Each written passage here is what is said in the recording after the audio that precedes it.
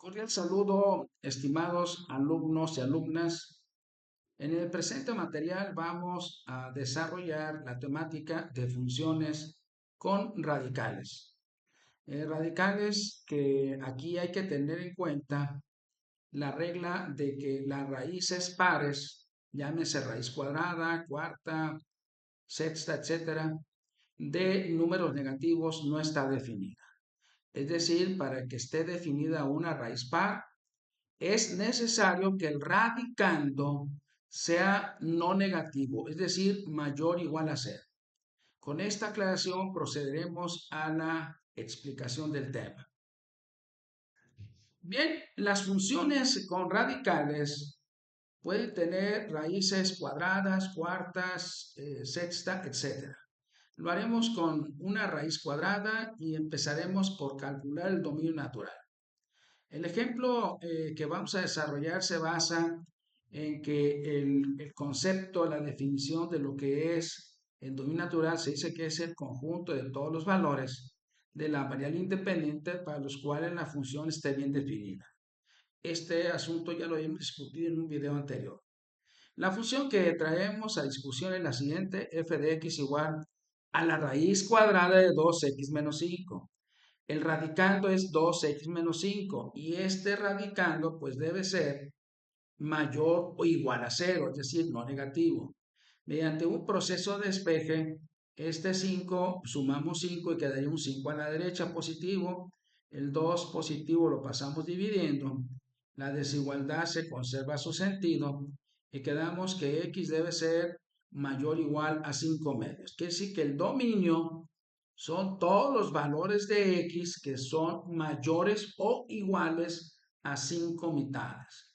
Y seleccionando algunos valores dentro del dominio empezamos con 5 medios, es decir, con 2.5, 3, 4, 5, 6, 7 y 9. Reemplazando esos valores se generan los valores de la función. Por ejemplo, 2.5, si lo reemplazo en la expresión, pues quedaría 0 adentro y raíz de 0 es 0. Si sustituyo el 3, 2 por 3, 6. Si le resto 5 me queda 1 y la raíz de 1 es 1. Y así sucesivamente generamos dichos valores que ya dijimos que son valores no negativos. Dado que es una raíz par y al evaluar raíces pares de números positivos, obviamente va a estar bien definido y la raíz es una raíz positiva, quiere decir que los valores de la función también son no negativos. Para desarrollar el rango o contradominio de esta misma función, recordemos el concepto. ¿Qué es un contradominio? Es el conjunto de los valores de la variable dependiente que resultan al sustituir los valores de la variable independiente en la función. En el ejemplo que tenemos, pues habrá que ver qué valores resultan cuando estoy sustituyendo los valores de x del dominio. Recuerden que el dominio empezó en 5 medios. Al reemplazarlo siempre me está dando valores no negativos, es decir, la lleva a ser mayor o igual a cero. Y esto se cumple para toda x del dominio.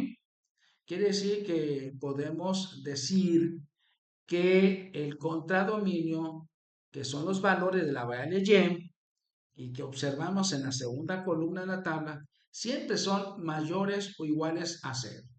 Y esto me permitiría, pues, graficar en el plano cartesiano dicha curva. Vamos a establecer la gráfica cartesiana. Aquí está la tabla. Al localizar los puntos 2,5,0, 3,1, 4,173, 5, 2,4 y 6, 2,65, pues observamos esta curva que es una curva que dobla hacia abajo, que es cóncava hacia abajo. Obviamente es una curva creciente, que tiene un mínimo, sí, el valor mínimo de la función es 0 y sucede en 2,5. Después hablaremos de otras características de estas curvas, de estas funciones. Vamos a proceder al siguiente ejemplo. Ahora tenemos una función con radical, pero a la vez el radicando es una función racional. Estamos combinando raíces con racionales. Aquí lo importante es seguir las reglas. La regla es, dijimos, que no hay raíces pares de números negativos. ¿Esto qué significa? Que el radicando, que es un cociente, x más 2 sobre x menos 3, pues debe ser mayor o igual a cero. Esto me lleva al reto de resolver esta desigualdad racional, que ya en temas anteriores, cuando vimos desigualdades, vimos un método para resolverlas. Vamos a recordar dicho método que justamente se basa en el análisis de los signos. Tenemos entonces de entrada que el denominador x menos 3 debe ser diferente de cero. Esto me lleva a que la x debe ser diferente de 3 de entrada. Faltaría por definir otras condiciones para definir de manera precisa el dominio. Entonces, lo que vamos a hacer en una recta real, vamos a registrar el numerador que es x más 2 y el denominador que es x menos 3. ¿Qué pasaría en el 3? En el 3 el denominador se hace 0, pero hay que excluirlo porque dijimos que debe ser diferente de 3. Ahí se convertiría en 0 el denominador, pero ya dijimos que en el dominio habrá que excluirlo. Y a la derecha de dicho valor, el denominador x menos 3, pues va a ser positivo. Por ejemplo, si yo elijo el 4, el 5, el 6 y lo sustituyo, pues el x menos 3 va a ser positivo. Ya a la izquierda, pues va a ser negativo. En el caso del numerador, este se convierte en 0 en el menos 2. De igual manera, si elijo un valor superior a menos 2, por ejemplo, menos 1, 0, 1, 2, 3, etcétera, me va a dar un signo positivo. Pero si elijo un valor menor que menos 2, me va a dar un signo negativo. Aquí lo importante es establecer el signo del cociente, porque recuerden que es justamente una fracción algebraica. Entonces, a la derecha del 3, el numerador es positivo y el denominador también. Entonces, al dividir positivo entre positivo, me da positivo. Y entre menos 2 y 3, el numerador es positivo y el denominador es negativo. Y al dividir positivo entre negativo, me da negativo. Y finalmente, a la izquierda de menos 2, tanto el numerador como el denominador son de signo negativo. Y al dividir un negativo entre otro negativo, nos da positivo. Y como el cociente que yo deseo señalar debe ser no negativo, o sea, es decir, positivo, quiere decir que del eje real las partes que componen el dominio son las siguientes. A partir del 3 a la derecha, sin considerar el 3 porque ya lo habíamos excluido. Y del menos 2 a la izquierda hacia menos infinito, porque el 2 sí lo podemos incluir el menos 2 sí puede ser susceptible de sustituir, por eso colocamos un corchete. En el 3 colocamos un paréntesis. Entonces, el dominio son las flechas amarillas, considerando el menos 2 y excluyendo el 3. Y esto al unirlo, tenemos dos intervalos, un infinito por la izquierda y un infinito por la derecha. Quiere decir que la x del dominio o está a la derecha del 3 estrictamente, o bien a la izquierda o igual a menos 2.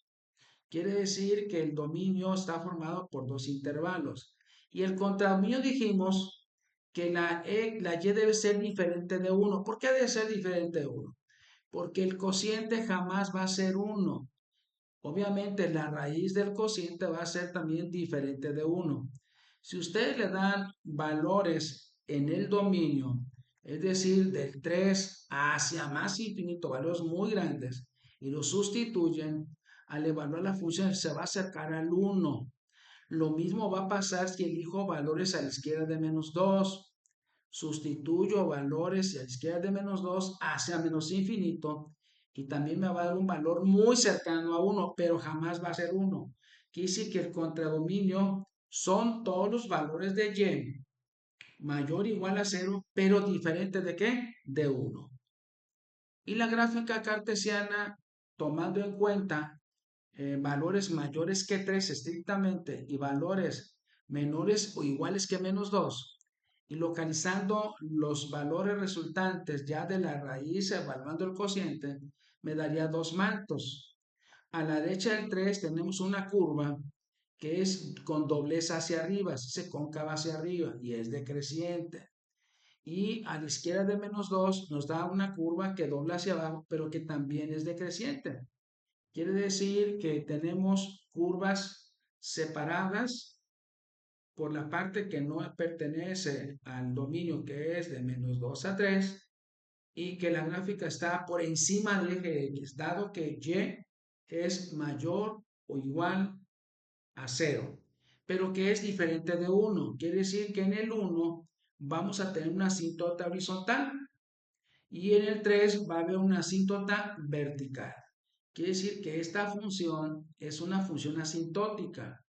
Quiere decir que en la medida que yo me acerco al 3 por el lado derecho, los valores se disparan hacia arriba, pero muy cercanos al 3 se nos va hacia infinito positivo.